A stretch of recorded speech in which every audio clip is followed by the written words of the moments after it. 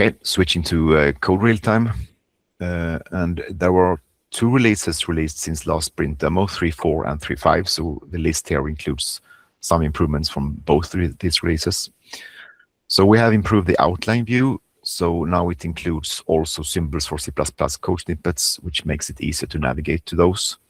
And also we did some improvements for how we structure it for art elements. For example, we added a special node for state machines, similar to how it is in Model RealTime, to better group the states from the rest of the capsule.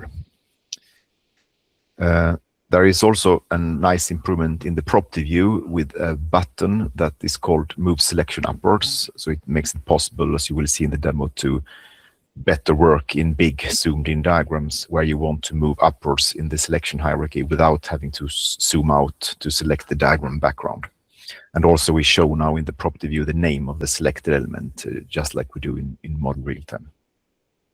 Then we have done many improvements in diagram area and menu layout in particular.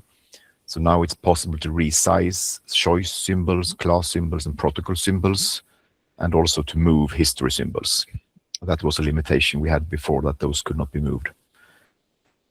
We've also implemented the visualization of layout problems. So if the editor detects some errors in coordinates, for example, that the parent symbol is too small to fit all its content, there is now a visual indication for that. So that is, it in itself is not something you want to have, but the problem before was that those problems were very hidden. So it was very hard to tell if there was a problem in the layout settings. So as a first step now, we have aimed at making these problems more visible in the diagrams. And also in class diagrams, we have an improvement that we now show trigger operations if you show a class with a state machine in the diagram. The area of tracing and sequence diagrams apply both for Code RealTime and Model RealTime users, since we are sharing the same trace file format for both products. And in this release, we have now improved filtering so that you can type regular expressions to control what instances and messages you want to show on a sequence diagram. And in last SprintDemo, we showed how you could export one of our trace files to the Google Trace event format. That is a popular trace event format used by many other products. And now we've integrated this into the tool. So there is now a context menu that makes it easier to export to this trace format directly from within Code RealTime.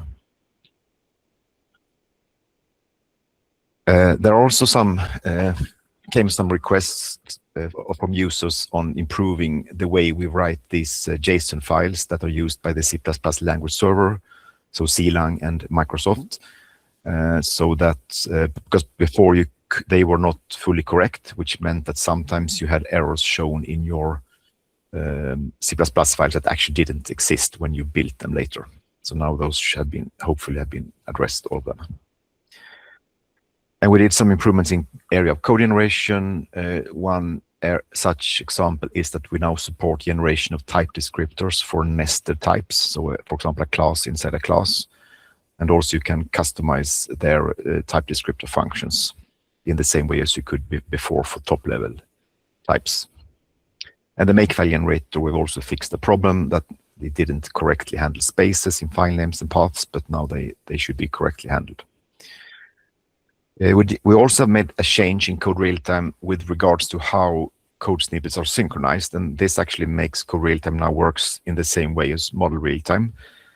So previously we were attempting to synchronize these files whenever the files changed on disk. That turned out to be not so good for performance reasons. So now we have switched to the same scheme as in Model RealTime, that if you save the file inside Code RealTime, then it gets synced automatically.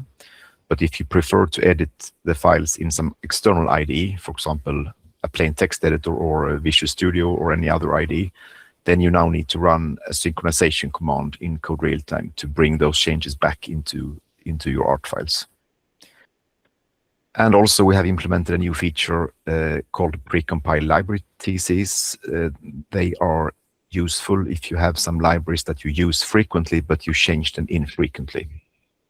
So you can avoid everyone in the team having to constantly rebuild these big libraries.